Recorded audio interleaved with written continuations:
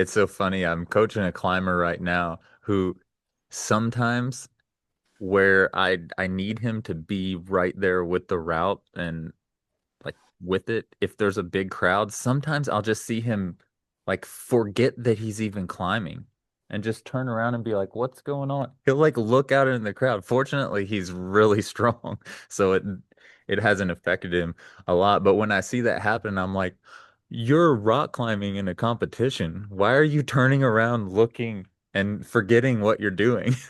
It's And crazy.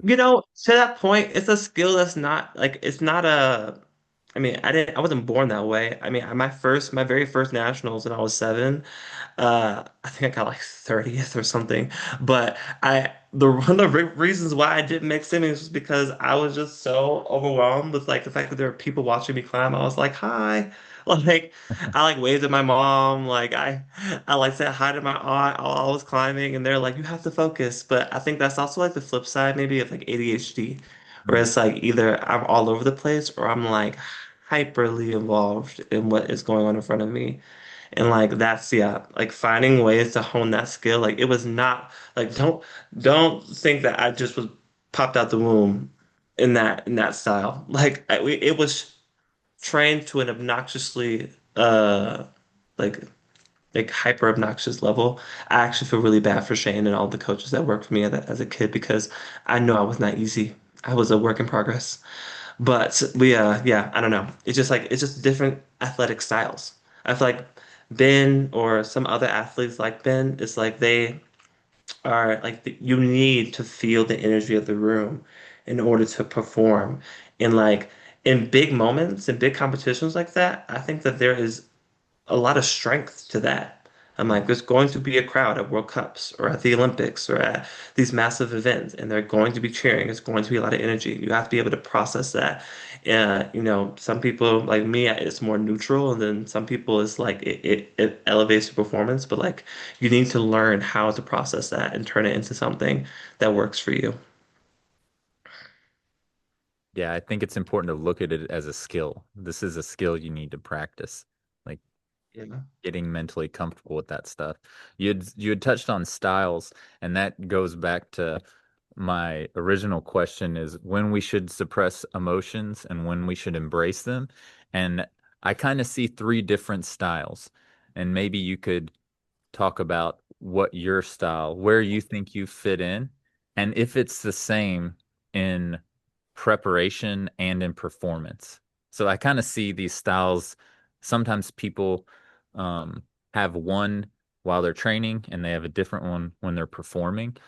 So thinking about that, but the three styles I see are the super aggressive athlete, the super robotic athlete, where everything has to be dialed in, and then the super fun athlete. Uh, when I think of super fun, I think of Jesse Grouper, actually. Like him being at nationals and spinning his little hat when he was like younger in youth nationals. And that kid was just, he was always happy. And no matter what was going on, that guy, he's a grown man now. But for me, he was a kid back then. Um, I feel you. Hmm? So he's still a kid. yeah. I no, but I feel you. There's so many athletes who are they're adults now, but I like Brookie, like Brooke Rabbit. I'm like she would never not be Brookie because like I just known her since she was a little, tiny little kid, and so I see her win the Olympics, and I'm just like, congrats, Brookie. I still see her as being like 14, like 13, 14, even younger, like 8 or 9, honestly, competing. So I get you, but. But yeah, I don't know. I think it just depends on how you focus. Like I feel like there's been a lot of times, like even when me and Ben have been I think of like Life of Villains Ben, for example, where the trip was ending and we had to like get it done. And like for me, it could be so easy to be like, oh my God, there's a deadline. I have to send now. Like everything kind of just falls apart. But I guess the way that I've learned to process my emotions is that the journey is going to, my body's going to learn the movement and the journey is going to continue whether I'm nervous or not. And so I just have to hone in on the moment and like become super internal and focus on like my movements. And if I can perfect that, then usually I can get the job done, you know? But it just depends. Like I feel like Ben is really good, and I'm speaking for Ben, but Ben, you can obviously speak for yourself if you'd like. But from what I see, it's that Ben gets himself super hyped up. He's like super like emotionally high charged, and like that works for him. Like he can power through a room, power through a boulder, and get it done. That would never work for me. Like I would get too overwhelmed. Like I need to be in my space and like have it all just like internally processed. Have you ever tried it? I can't even imagine. I can't imagine Kai taking Ben's emotion and Ben taking Kai's emotion. I just can't imagine those two different scenarios. No, I don't know if one is better or worse. It's just that it's expressed differently. And like Ben is just more outward about his anger. I just am more secluded and I get a little testy, but that's about it. So Ben, where do you fall? Are you super aggressive, super robotic, or super fun? Or a combination? I'm a combination because like that's the that's the Also, trouble, isn't is it? it Like different when you're training and performing, or is it the same across the board? it's the same across the board. The goal is to find like it because it is like the emotions carry the train, and that's the like the fight for me is figuring out how to like control the emotions and put them in the right direction. Because like I have surely sent things super aggressively, and I've just been like pissed off, and I've like sent things out of spite, and it works sometimes in competition, but mostly outside, where I'll just get like in like seeing red rage, and I'll just like send things out of spite. I've sent things where I'll like literally be like, I used to quote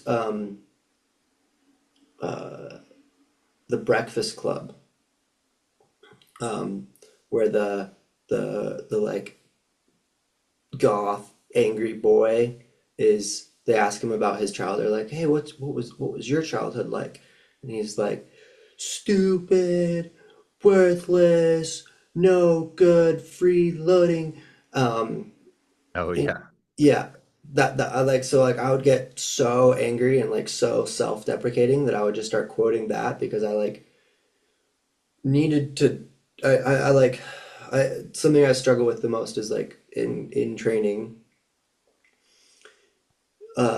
not just turning into this like angry monster that no one wants to be around, and so I've like tried to come up with like ways to like express that emotion without being like just a jerk to be around. And so like one of those was quoting the Breakfast Club because at least I could be like I'm quoting the like I'm just quoting a movie. It's like yes, it's self-deprecating and angry and grumpy, but like or like I used to start cussing in other languages because then I could still be angry and cuss, but people wouldn't know exactly what I was saying. They'd get the gist of it, but at least I would be like, well, I'm not cussing in English. But I've like sent things while quoting the Breakfast Club, like every stupid, worthless, no good, which is like, according to all sports psychology and whatever, is like the opposite of what you want to do is you know, should be self-positive talk, and you should be talking about how awesome you are and how you can do it and blah blah blah blah blah blah blah blah blah. I think some of that depends. I think you're right about that being the general thought about it, but the reason why I wanted to talk about this today is because that's what I don't have an outside monster, but I have an inside monster. And and I just let it sit there. And people will always say, don't just push down your emotions and and you need to talk about things and all this, but I have definitely an internal monster that I just shove the stuff down. But the caveat is that I know that I have a workout coming up. Mm, And then all that stuff that's shoved down, I feel like it's kind of a power. And then when I pick up 300 pounds, it all just explodes into 300 pounds. And then it's yeah. gone. And And so I that's don't put that on anybody else. I guess my question for you is stupid, worthless. If you get to the top, is all that stuff gone or yeah, does it stay with you? Okay. Well, it then just burns up. then I think there are healthy aspects to things if the results are good for you. So you But can look at I put it have in I box, have not healthy or healthy. Like same thing that Kai said about I don't know if it's healthy to like focus on stuff like so overly hyper focus on things, but if if that hyper focus allows you to achieve the goals that you set for yourself and the end result is that you feel a kind of peace with what you've accomplished, I think there just may be places for that. yeah. And yeah. I I uh I don't know. I've struggled with it a bit because it's like once you're in that position, like once I'm like raged full and I'm like seeing red and we used to call it like that's where my Instagram handle comes from, Hannah Smash, is like my nickname in middle school and high school was Hulk Smash. It turned into Hannah Smash was because I would just turn into the Hulk when I would climb. I would just like the emotions would always turn into like anger and then I would just but like I don't think that it's healthy. I think that like sure when you're picking up heavy weights when you're doing a deadlift or a bench press, it's awesome because you can build up all this rage, you can suppress all this energy, and then you can let it go in one movement. Like, and you pick up the heavy thing or you bench the heavy thing. That I think works because it's like it's this motion that you've done thousands of times, and it's all you need to do is just turn on brain, activate muscles. Where in climbing, there's so much more to it, and like yes, there's like the occasional time where you just need to like pull down on crimp and grab crimp and but like in most scenario and this is why like I've sent a lot of boulder problems outside or sport climbs outside because it's like I've been projecting this thing for hours or days or months and like everything is wired. The muscle memory is there and I can just turn off brain, light the fire and just pull. And I can just pull and pull and pull and I just do the thing.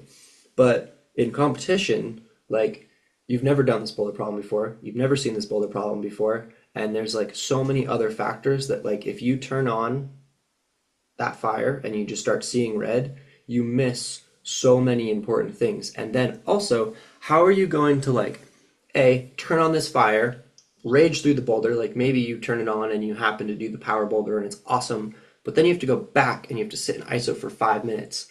And what are you going to do with that rage? Like you've lit the fire, you've burned the fire, and now you have to sit back there for 5 minutes and then come out for another boulder. And this boulder is going to be a completely different boulder that you've never seen before. And like 9.9 times out of 10, that rage is not going to be awesome for the next boulder problem. And so, like, I don't think that it's helpful nor healthy in competition. I think that, like, there is out of every 100 competitions, maybe you get one where you're like, oh, yeah, that it worked that one time. But, like, relying on it or thinking that it's like a thing that you can do is it's gambling. You might as well go to the casino and you'll have better luck at the casino than you will winning competitions or being successful at all in climbing, like competition climbing with that mindset. And this is just me and my like ideas that I've struggled with and dealt with for the last 20 years of climbing competition is like for me, I think that on the occasion, it's okay to get angry in a competition, embrace that emotion, maybe try to use it for that move or that boulder problem, but then you got to figure out how to deal with that and then turn it around for the next round and for the next boulder problem. And that's what I'm like struggling with and learning with. And especially because like generally the boulder that you're going to get pissed off on and annoyed on is like not the power boulder. It's going to be like the Cordo slab that's like super delicate and like very nuanced and like very body position dependent. And About something to that I say. heard from like it was secondhand from a sports psychologist is that when you like your emotions turn on different parts of your brain, and so you have like a creative part of your brain and you have um, and the creative part of your brain turns on when you're happy, Hmm. and so when you're happy you're in more of a creative um, mindset, which is really helpful for I think climbing. And then when you're angry you turn off that creative part of your brain And so your like problem solving skills are like completely dampened, but you are able to access more raw recruitment from your muscles. And so that's why I think it works well for like bench pressing, deadlifting, squatting, these single motion things that you don't need problem solving skills for. Like there's no problem solving in bench press deadlifting. And so it is helpful to like it honestly like from like a science standpoint, it would be helpful to turn on anger and use that part of your brain that shuts off the problem solving skills and turns on just raw recruitment of muscle. Yeah, if you could Um, control it, don't you think it could be an advantage? I guess that's the thing, because I would say yes, but once again, if your problem solving part of your brain is shut off, then um, like if you can turn on and turn off your anger or like being happy, being angry, being happy, being angry, it could be helpful. But even on the power boulders and competitions these days, like I would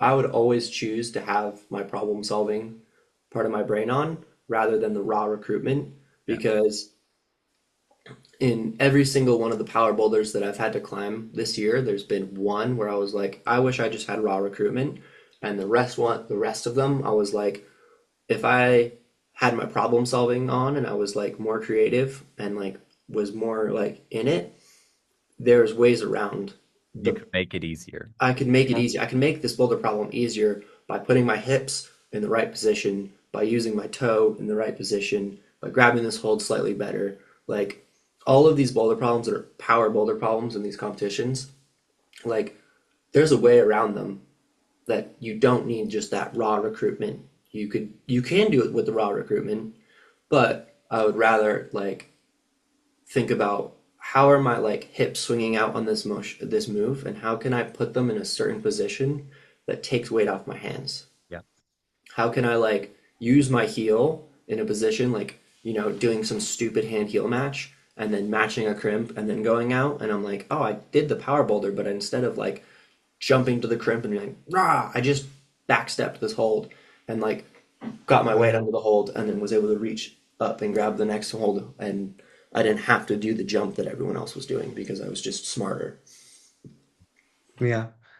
It's interesting like, to hear you talk about that too, because we are like, literally the stark opposite of each other in terms of athletes, to where the problem solving part of my brain is never off, for better or for worse. And for me, my issue was always perfectionism because like in every part of my life, and especially in climbing, I was like, I find solace in perfecting movement and finding flow and like making everything feel perfect. And while that is great in a lot of ways for climbing, because like in a round, I feel like one of my strengths was always the fact that my brain was never off. And so I could always find the efficient way of doing routes and boulders. And it served me really well. But the downside of that is that I never was comfortable climbing messy. And sometimes that's necessary. In lead, sometimes you got to do it because sometimes you make mistakes. You misread a sequence, or you're in a space where like the sequence was intentionally set to make you uncomfortable to create separation. And so getting past that bottleneck can be the difference between, finals or a podium or whatever objective. And that was always where I struggled because if it felt off for me, if I couldn't find the physics and the perfect way to do it, it just like it was hard for me to find the girl to get through it and just move on because I'm just like, why does this not work? Like it should work and it doesn't work. And like even in boulders, right? Like sometimes coming off the wall and finding the way that works and going up is an attempt. And that attempt can be the difference between finals, right? Or a podium. And so like it has to be balance where like you're problem solving but also able to find that GER in order to like get past because like especially with the level that you compete at the highest level like that the difference is so small. It's minuscule and just forcing your way through and recognizing that it doesn't work, but you're gonna make it work anyway and like figure the rest out later. Like sometimes that is what you got to do. Yeah. Yeah. It's funny that both of you guys like respect the other person's ability to do the thing that you can't do. It feels like Kai wants, I wish I could just tap into my GER. And Ben's like, God, I wish I could just turn on my logical thinking brain all the time like that. But The I amount think of that's why we times worked we've well had this together. conversation at like when we were climbing outside, because like when you climb outside, it's kind of a different story. And like we in Spain, in Vegas, in St. George, like the amount of times I was like, Kai, just grr, for God's sake. I'm like, he'd be like, and I'm like, Kai, just grab the hold. I'm like, the boulder problem is 2 moves long. Like, just grab the hold, squeeze as hard as you can, and let me hear some noise. And he's like, oh, it's so hard. And I'm like, you're not going to be But able to I get dangle. You're not going to be able to dangle through the 15 move 515. It's just not going to happen. Like, the move is grab the really bad hold and just. But and for me, I'm sitting there just like, well, it doesn't feel right. Something's not clicking, so obviously I'm doing it wrong. So I have to like start over. And I also like what I'm famous for is I'm good for a good second try outside. Like I mean, I've one sided 514 before. Like I can do it, but I've had many bolt routes where like I will like fall on a move and go bolt to bolt on a route and like reclimb sequences, and like people will be like, maybe it was just too hard for him. Like you can't do it. And I'll come down and I'll just do a second go. Because I just like I needed to find the movement. Once I found the pattern, we were fine. Yep. But obviously it doesn't work as well in competitions. But also like the antithesis of that with me and Ben is that we'll be outside and my typical progression for projecting is that I don't usually go backwards. I'm always incrementally improving until the job gets done. And like never really, I mean, I won't say never. There's always those rare, knock on wood, but like 99% of the time, like every time I'm on the route, I'm improving. Like I'm making incremental gains. Sometimes the gains are big, sometimes the gains are small, but like I'm not one to like mentally psych myself out and go backwards. Whereas like, you know, like Ben, for example, like he will make massive gains and then he'll get stuck on a movement sometimes and like I can kind of see the mental blocks start to set in and I'm just like, Ben, I'm like, Ben, like you are so much better than this route. Like it's ridiculous. Like it's not physical, it's mental. And I want to just like shake him and be like, do the route. Like Life of villains, you're death of villains.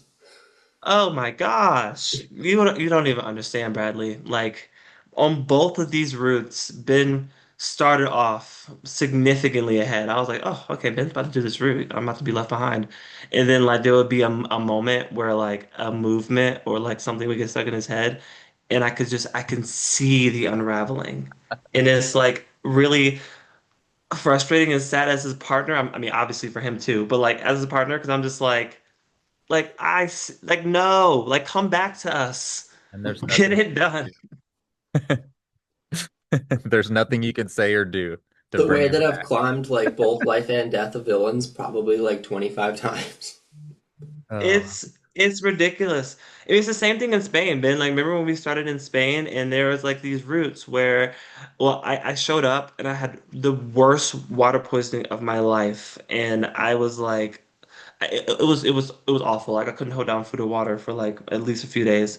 And I show up and I'm like, I don't know how this is gonna go. And like I spent the first week or so like trying to gather my bearings, but there was like these routes in the cave where I could not piece together like 2 or 3 clips to save my life. But I never like I would just hone it. I honed in on the route, figured it out, and like every day I would make a gain. And sometimes that gain was agonizingly slow. Sometimes it was one move. Sometimes it was just like one clip. But like Not I even. You know, never like I don't the difference between like grabbing the hold and being like, and then the next time you'd be like, and then the next time you'd be like, and like every time he would just slightly farther, and yeah, it's frustrating for me too, because sometimes like why can't I just have that breakthrough and just like push through? But yeah, but it's like if once I realize I'm close, I'm like, okay, I can close the gap. I'll do it the next session. I'm usually right.